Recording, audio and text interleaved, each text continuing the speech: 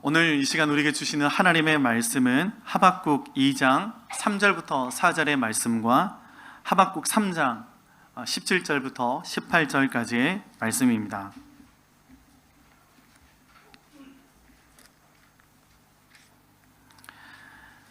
우리 두 절의 말씀들이니까 저와 여러분이 한 목소리로 함께 봉독하면 좋겠습니다. 하박국 2장 3절부터 4절까지의 말씀 먼저 읽습니다. 시작. 여호와께서 내게 대답하여 이르시되 너는 이 묵시를 기록하여 판에 명백히 새기되 달려가면서도 읽을 수 있게 하라. 이 묵시는 정한 때가 있나니 그 종말이 속히 이르겠고 결코 거짓되지 아니하리라. 비록 더딜지라도 기다리라. 지체되지 않고 반드시 응하리라. 보라, 그의 마음은 교만하며 그 속에서 정직하지 못하나 의인은 그의 믿음으로 말미암아 살리라. 아멘. 3장 17절부터 18절까지의 말씀도 함께 읽겠습니다. 함께 읽습니다. 시작. 비록 무화과 나무가 무성하지 못하며 포도나무에 열매가 없으며 감람나무에 소출이 없으며 밭에 먹을 것이 없으며 우리의 양이 없으며 외양간에 소가 없을지라도 나는 여호와로 말미암아 즐거워하며 나의 구원의 하나님으로 말미암아 기뻐하리로다. 아멘. 오늘은 특별히 종교개혁 기념주일 예배로 하나님 앞에 예배드리고 있는데요.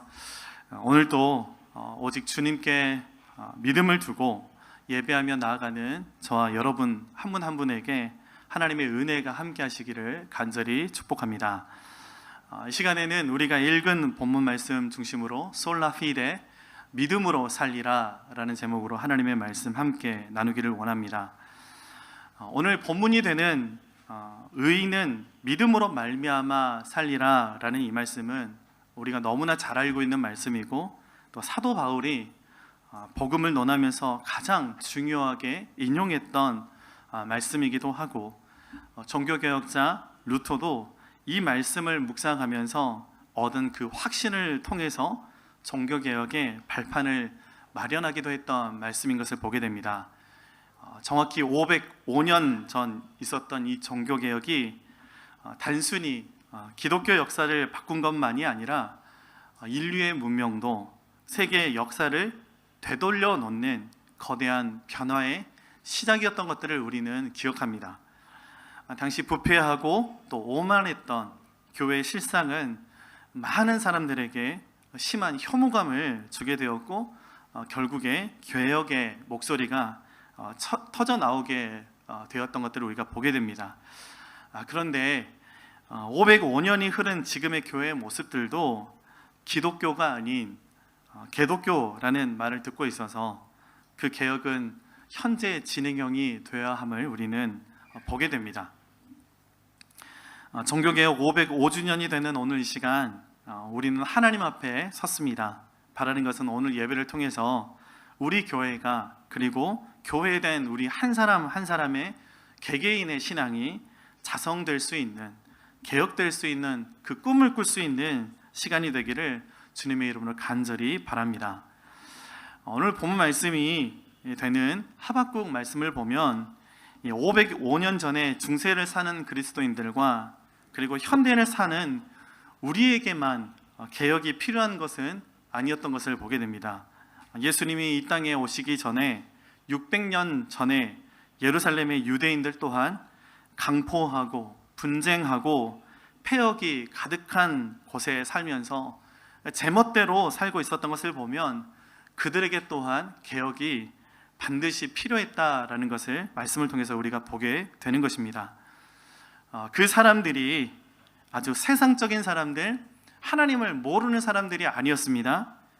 자신들은 하나님의 백성들이라는 선민의식을 가지고 있었습니다.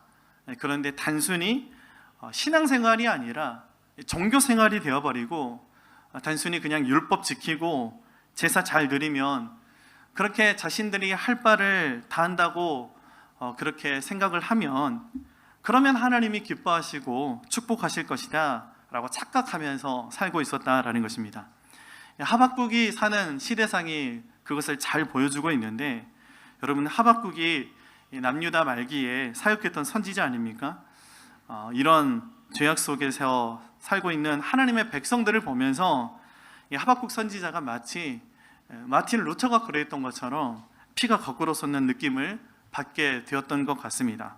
우리 하박국 1장 2절부터 4절 말씀을 우리 세번역 성경으로 함께 보도록 하겠습니다. 함께 읽습니다. 살려달라고 부르짖어도 듣지 않으시고 폭력이다 하고 외쳐도 구해주지 않으시니 주님 언제까지 그러실 겁니까? 어찌하여 나로 불의를 보게 하십니까? 어찌하여 악을 그대로 보기만 하십니까? 약탈과 폭력이 제 앞에서 벌어지고 다툼과 시비가 그칠 사이가 없습니다. 율법이 해이하고 공의가 아주 시행되지 못합니다. 악인이 의인을 협박하니 공의가 왜곡되고 말았습니다. 여러분, 이 말씀 무슨 말씀입니까? 하박국이 절망하게 되었는데 그 절망이 바뀌어서 이제 원망이 되어버렸다라는 것입니다. 마치 하나님이 안 계신 것처럼 느껴졌다라는 것입니다. 그렇게 하박국이 하나님 살아계시면 제가 왜 이런 꼴을 보아야만 하는 것입니까? 라고 그렇게 하나님께 따지고 불평을 늘어놓고 하나님을 원망하고 있는데, 여러분, 우리 찬송가 중에 이런 상황과 마음을 잘 표현해주는 그런 찬송가가 있습니다. 찬송가 486장인데요 3절 가사를 보면 이렇게 가사가 되어 있습니다. 이 세상에 죄악된 일이 많고 참 죽을 일 쌓였구나. 참 이 표현이 너무나도 적나라하고 정확한 표현인 것 같습니다. 여러분, 그렇게 죽을 일 쌓여 있는 때에 이 하박국이 절규하고 있는 그 외침을 한마디로 하면 하나님, 저 딱 죽겠습니다. 숨도 안 쉬어집니다. 좀 살려주십시오 라는 외침인 것을 보게 됩니다. 그렇게 하나님 앞에 기도하며 매달리며 나아가는 이 하박국에 하나님께서 드디어 응답을 해주십니다. 뭐라고 말씀하고 있습니까? 그것을 한 절로 나타내는 말씀이 오늘 본문 말씀인데요 하박국 2장 3절부터 4절까지의 말씀, 우리 세번역 성경으로 함께 읽어보도록 하겠습니다. 시작. 이 묵시는 정한 때가 되어야 이루어진다. 끝이 곧 온다는 것을 말하고 있다. 이것은 공연한 말이 아니니 비록 더디더라도 그때를 기다려라. 반드시 오고야 만다. 늦어지지 않을 것이다. 마음이 한껏 부푼 교만한 자를 보아라. 그는 정직하지 못하다. 그러나 의인은 믿음으로 산다. 아멘. 무슨 말씀입니까? 하박국, 힘드니? 죽을 것 같니? 아프니? 나도 아프다. 그런데 믿음을 가져라. 믿음이 너를 살린다 라는 것입니다. 찬송가 357장에 그래서 이렇게 노래합니다. 믿음이 이기네, 믿음이 이기네, 주 예수를 믿음이 온 세상 이기네. 아멘. 여러분, 하나님의 사람들은 어떤 사람들입니까? 믿음이 우리를 살게 한다, 믿음이 우리를 이기게 한다라는 사실을 믿는 사람들이다라는 것입니다. 그러면 여러분, 믿음이 우리를 살게 만든다라고 성경이 분명히 우리에게 가르쳐주고 있는데, 여러분, 이 믿음이라는 것을 어떻게 정의하고 이 믿음이라는 것을 도대체 어떻게 설명할 수 있을까? 오늘 본 말씀 가운데에서 믿음이라고 번역되고 있는 히브리어 단어가 있는데 바로 에무나라는 단어입니다. 이 에무나라는 단어는요, 아만이라는 단어에서 온 말인데요, 아만 어디서 많이 들어본 적 있지 않으십니까? 우리가 아멘이라고 하는 말을 쓸 때 이 아만과 같은 어근을 쓰고 있습니다.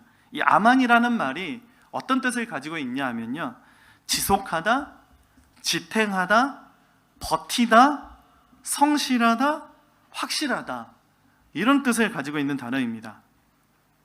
그래서 아멘이 이 아만에서 나온 것인데, 아멘의 뜻이 진실로, 참으로, 예, 옳습니다, 그렇습니다, 그것이 진리입니다 라는 말이지 않습니까?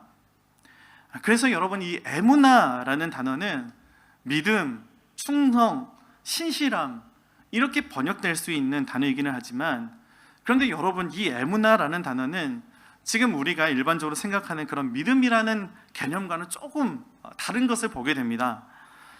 히브리어 특징을 보면 그 단어가 성경에 사용되었던 것을 보게 되면 그 단어의 의미를 조금 더 입체적으로 우리가 알 수가 있고 또 선명하게 알 수가 있는 말이 바로 히브리어인데, 여러분, 이 히브리어 에무나라는 단어가 구약 성경에 정말 많이 등장하고 있는 것을 보게 됩니다. 오늘 이 시간에는 한 곳만 좀 살펴보면서 에무나를, 그러니까 믿음을 성경이 어떻게 설명하고 있고 또 우리에게 무엇을 가르쳐주고 있고 우리가 어떻게 믿음으로 살아가기를 하나님은 원하시는지 그 하나님의 마음을 함께 새길 수 있는 시간이 되었으면 좋겠습니다. 역대상 9장 말씀에 이 에무나라는 단어가 등장을 하고 있는데 우리 같이 함께 살펴보도록 하겠습니다. 역대상 9장 22절 말씀, 우리 세번역 성경으로 같이 함께 읽어보도록 하겠습니다. 문지기로 뽑힌 사람은 모두 212명이며 마을별로 족보에 기록되었다. 다윗과 사무엘 선견자가 그들을 신실히 여겨 이 모든 일을 맡겼다. 아멘. 또 역대상 9장 31절에도 나오고 있습니다. 우리 함께 읽어보도록 하겠습니다. 레위 사람 마띠디아는 고라 자손 살롬의 맏아들로서 구워서 바치는 제물을 준비하는 일을 맡았다. 여러분, 이스라엘 백성들의 삶은요 늘 제사 중심적이었던 것들을 보게 됩니다. 이것을 요즘으로 말하면 이스라엘 백성들의 삶은 늘 예배 중심적이었다라는 것입니다. 여러분, 우리의 삶이 그러해야 한다라는 것입니다. 사람을 사회학자들이 이야기하기를 사회적인 존재이다 라고 그렇게 이야기를 하지만 성경은 어떻게 말하고 있습니까? 사람은 예배적인 존재이다 라는 것입니다. 한마디로 하면요, 우리는 예배하지 않으면 못 사는 사람들이다 라는 것입니다. 왜 그렇습니까? 예배를 통해서 하나님을 만나는 것이 가장 소중하고 중요한 일이기 때문에 그렇습니다.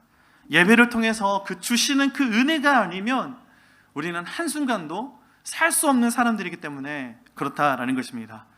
구약의 이스라엘 백성들이 그렇게 살았습니다. 출애굽 후에 광야 생활을 할 때에도 성막을 중심으로 예배했고요, 하나님의 주권적인 은혜로 가나안 땅에 들어가서 어엿한 국가를 이루었을 때도 이 성전을 중심으로 계속해서 예배했습니다. 구약의 인물 가운데 한 사람이 등장을 하는데 다윗 왕이 등장하지 않습니까?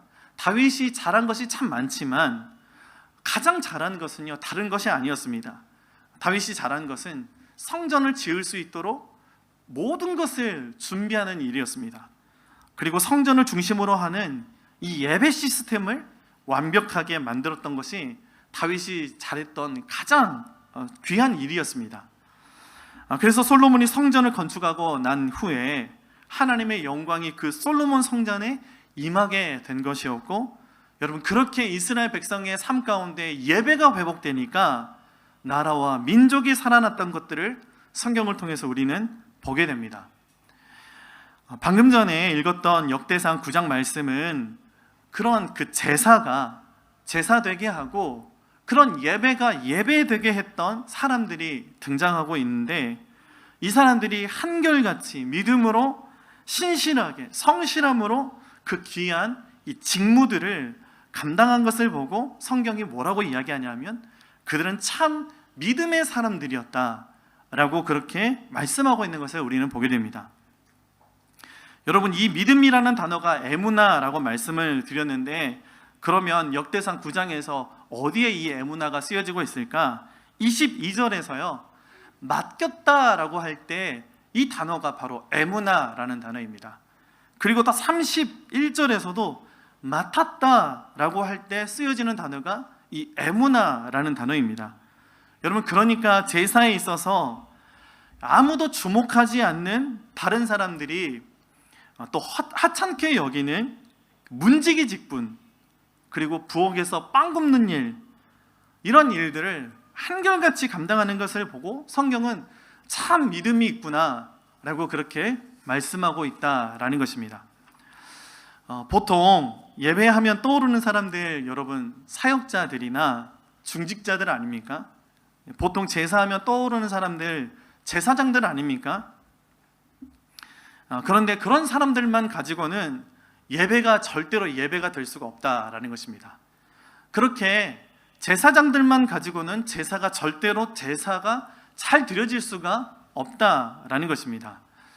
여러분, 오늘 예배만 하더라도 그렇습니다. 얼마나 많은 사람들이 헌신이 있었습니까?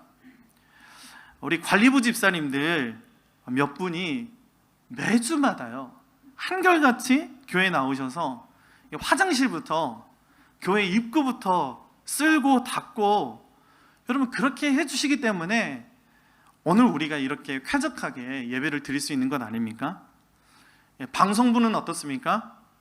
정말 죄송한데 저희 사역자들이 말씀을 준비하면서 그래도 하루 전날이라도 나와야 되는데 꼭 말씀이요, 토요일 날 밤에 주일 새벽에 잘 써져요. 저도 새벽까지 설교를 쓰다가 늦어졌습니다. 우리 방송부 집사님들 전전긍긍하면서 저희가 원고 넘겨주기를 그래야 자막 PPT를 만드니까요. 자막으로 작업을 해야 되는데 안 오는 겁니다. 연락이 안 오는 겁니다. 물론 아랑곳하지 않고 주무시는 분들도 계시겠지만, 또 우리 한 방송부의 자매는 밤 12시가 넘어서 안 보내주시나요? 이렇게 카톡을 보냅니다. 우리 방송부 집사님들, 인선부 집사님들 참 잘해도 티도 안 나고요, 못하면 돼지게 욕먹는 데가 방송부이고 우리 인선부 집사님들인 것을 보게 됩니다. 죄송합니다. 돈 받고 하는 일이라면 억울하지도 않죠. 그런데 돈 받지도 않고 일하면서 봉사하면서 욕은 욕대로 먹는 그 위치가 방송부입니다. 그래서 방송부의 지원을 아무도 안 하실 것 같아가지고 정말 죄송하지만, 여러분 이렇게 예배를 위해서 매주마다 애쓰시는 분들 이야기를 하면 오늘 설교 1시간도 부족할 것 같습니다. 설교 후에 성찬식도 있는데 자꾸 이렇게 설교가 길다고 요즘 제가 욕을 먹고 있어가지고 다른 부서들은 이야기를 하지 않겠습니다. 무슨 말씀입니까? 이렇게 예배를 예배답게 하기 위해서는요, 이렇게 보이는 곳에서 헌신하는 사람들의 헌신만 있는 것이 아니라 정말 보이지 않는 곳에서 이름도 없이 빛도 없이 하나님께 봉사하고 섬기는 이들이 있다라는 것입니다. 여러분, 구약 속의 하나님의 나라는 이러한 보이지 않는 곳에서 일하는 사람들에 의해서 이루어져 갔습니다. 오늘 성경에 등장하는 이 문지기 직분이나 이 빵 굽는 직분, 이것 맡아서 신실하게 잘 감당한 사람들에 의해서 하나님의 나라는 이어져 내려왔습니다.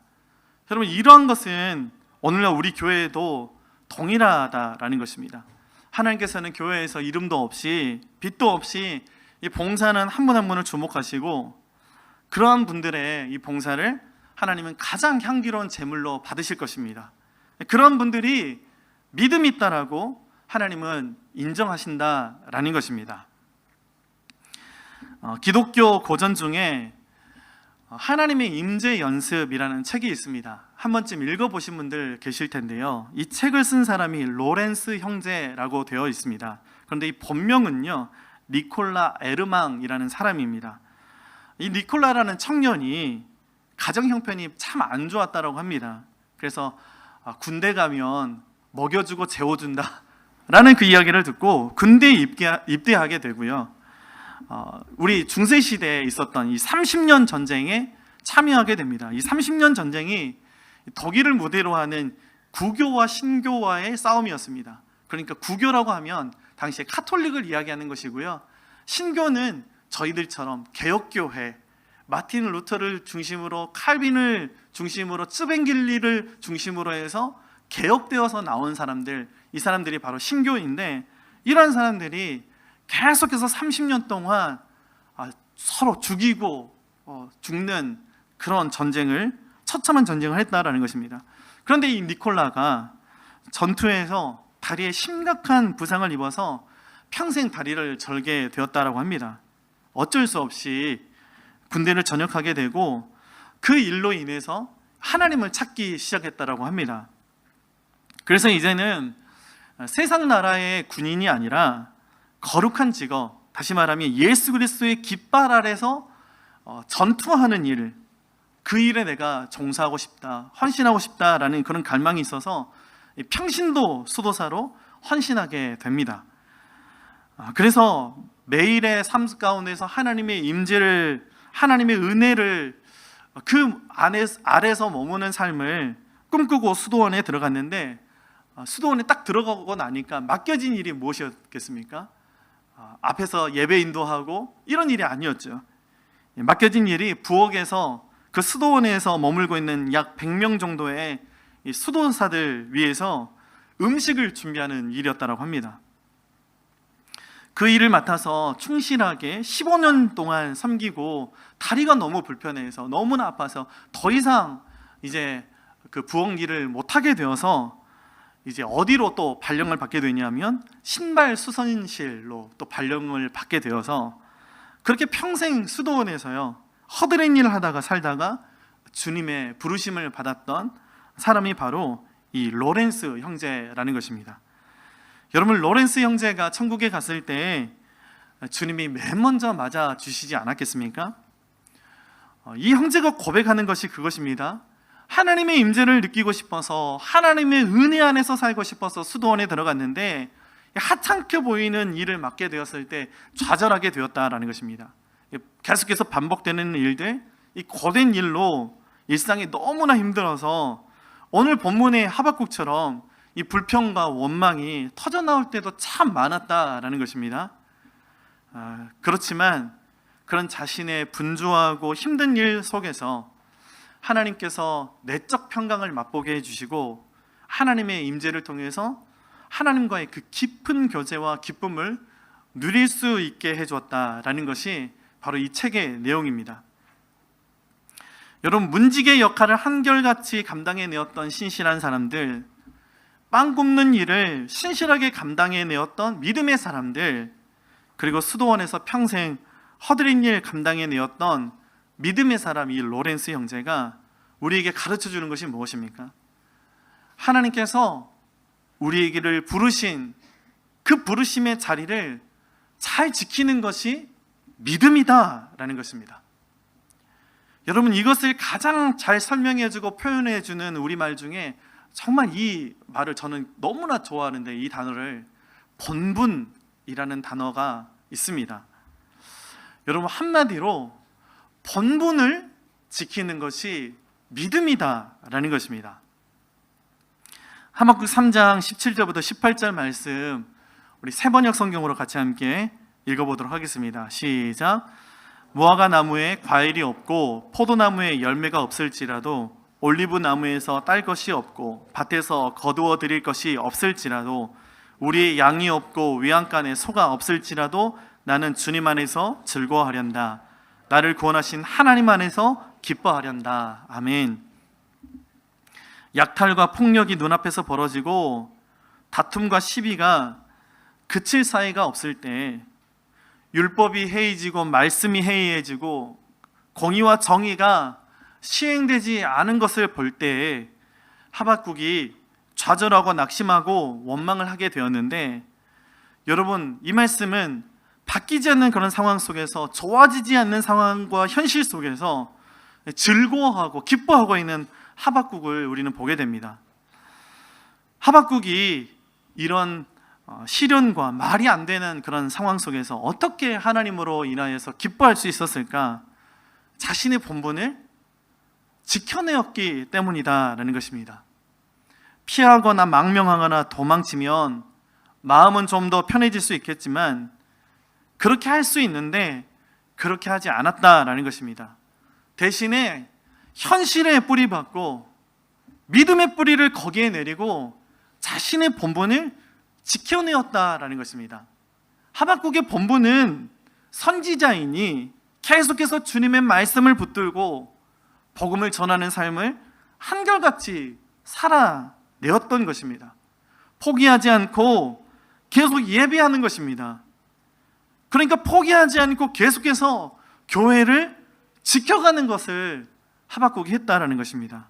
하나님께서는요, 그런 하박국의 믿음을 보시고 하박국에게 기쁨을 회복시켜 주시고 믿음의 사람으로 인정해 주셨다라는 것입니다. 여러분, 믿음으로 사는 것 어려운 것이 아닙니다.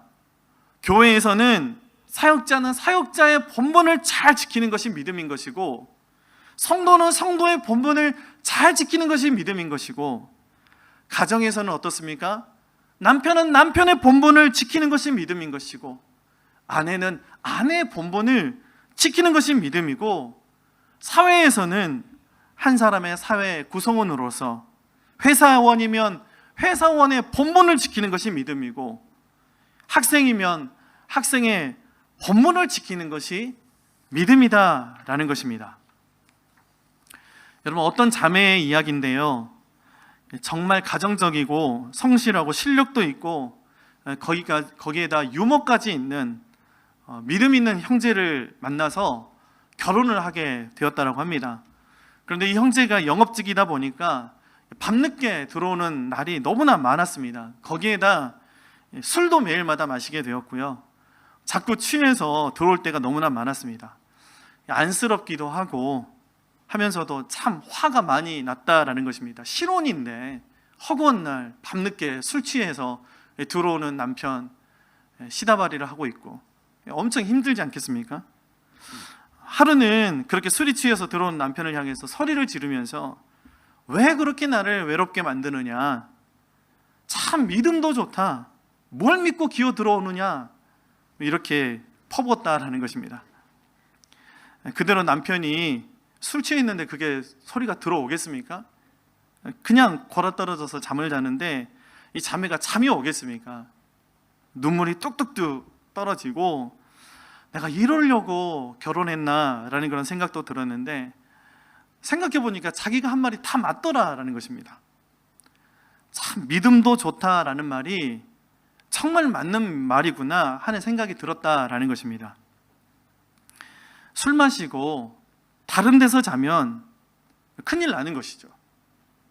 오빠라고 사장님이라고 따스한 음성으로 불러주는 곳에서 잠을 자면 어떡하나 생각을 하니까 아찔하더라라는 것입니다. 여러분, 남편들이 퇴근 후에 집에 꼬박꼬박 들어오십니까?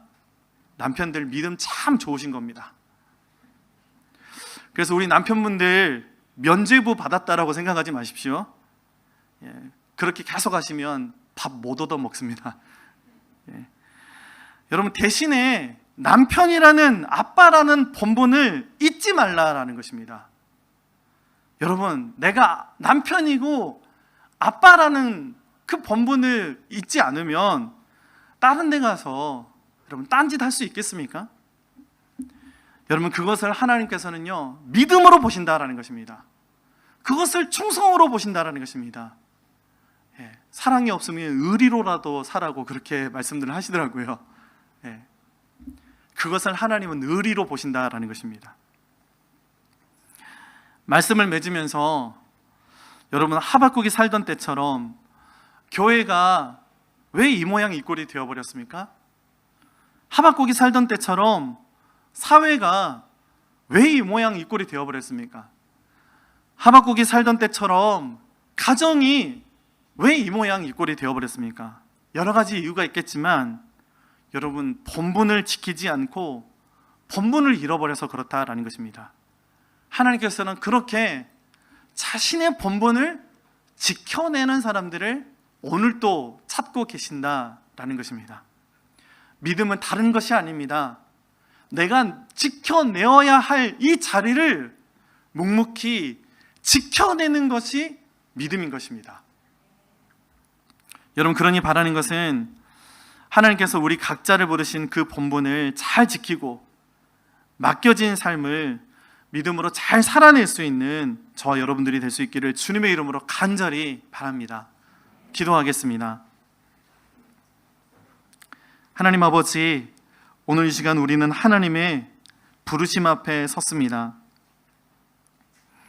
우리를 성도 한 사람으로 부르시고 하나님, 가정의 남편으로, 가정의 아내로, 가정에서 자녀들을 지키는 부모로 우리를 불러주셔서 감사합니다. 하나님, 하나님께서 부르신 그 부르심의 자리를 하나님 잘 지켜갈 수 있도록 도와주시옵소서. 하나님, 우리가 자리를 지켜낼 때, 우리의 본분을 지켜낼 때 그것을 믿음으로 보시고 우리를 축복하시며 우리를 이끌어 주시고 또 우리의 삶 가운데 하박국처럼 기쁨이 회복되게 해주실 것을 우리는 믿습니다. 하나님, 종교개혁 주일 맞이하여서 다시 한번 우리 개인의 신앙이, 우리 교회가 갱신할 수 있도록 도와주시고 긍휼히 여겨 주시옵소서. 감사드리며 예수 그리스도의 이름으로 기도드립니다. 아멘.